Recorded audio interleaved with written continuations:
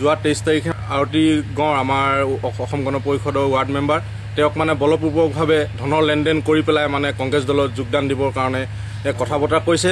সূতা কম্বলৰ পৰা আদি কৰি যিবোৰ প্ৰলোভনে আৰু ধনৰ লেনদেন কৰি আমাৰ ৱাৰ্ড মেম্বাৰক এইটো কিনা বেচা কৰাৰ ক্ষেত্ৰত আমি গণ পৰিষদ দলে আমি এইটো গৰিহণা দিছো। আমাৰ দবা পঞ্চায়তৰ ৱাৰ্ড মেম্বাৰ আৰতি গড়ক দবা পঞ্চায়তৰ প্ৰেচিডেণ্ট আৰু মণ্ডল কংগ্ৰেছৰ প্ৰেচিডেণ্টে আহি আৰু বহুকেইজন লগত কংগ্ৰেছৰ পালি নেতা লগত লৈ আনি সাংবাদিক হৰত হেনচোৱা আহিছিলে।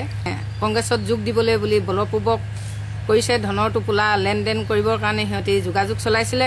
কিন্তু আমি অসম গণ পৰিষদ মহিলা পৰিষদৰ ফালৰ পৰা নকৰিবৰ কাৰণে আমি সকিয়ন দিছো।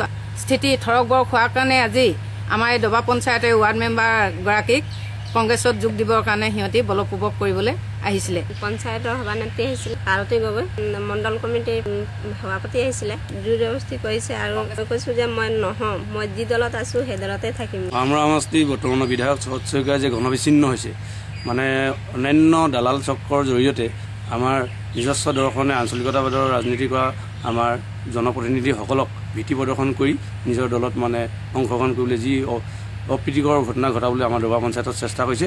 এই চেষ্টাক আমি সকলো প্ৰকাৰে আমি জনগণে প্ৰতিহত কৰিম আৰু তেখেতৰ দলৰ দালালসকলক আমি সকীয়াই দিছোঁ এনে কাৰ্যৰ পৰা বিৰত আছোঁ। যিবোৰ কথা আমি গম পাইছোঁ, অৰ্থাৎ আমি আদিবাসী ৰাইজ বা চাহ জনগোষ্ঠীৰ ৰাইজ বৰ্তমান আমাক তৰুণ গগৈৰ ভাইক দীপ গগৈয়ে বৰ্তমান আমাকতো বহিৰাগত বুলি আখ্যা দিলে। সেই আখ্যা দিয়াৰ কাৰণে আমি তেওঁক গৰিহণা দিছোঁ, যিহেতু আমি এই আদিবাসী অঞ্চলত বা চাহ জনগোষ্ঠী অঞ্চলত তেওঁবিলাকে যেন হেতালি নেখেলিবলৈ আমি তেওঁবিলাক সকীয়াই দিছোঁ। আমি আদিবাসী ৰাইজ হৈ গৰিহণা দিছোঁ যাতে ভৱিষ্যতে তেওঁবিলাকে এই কাৰ্যৰ পৰা বিৰত থাকে বুলি মোৰ ফালৰ পৰা মই অনুৰোধ জনাইছোঁ।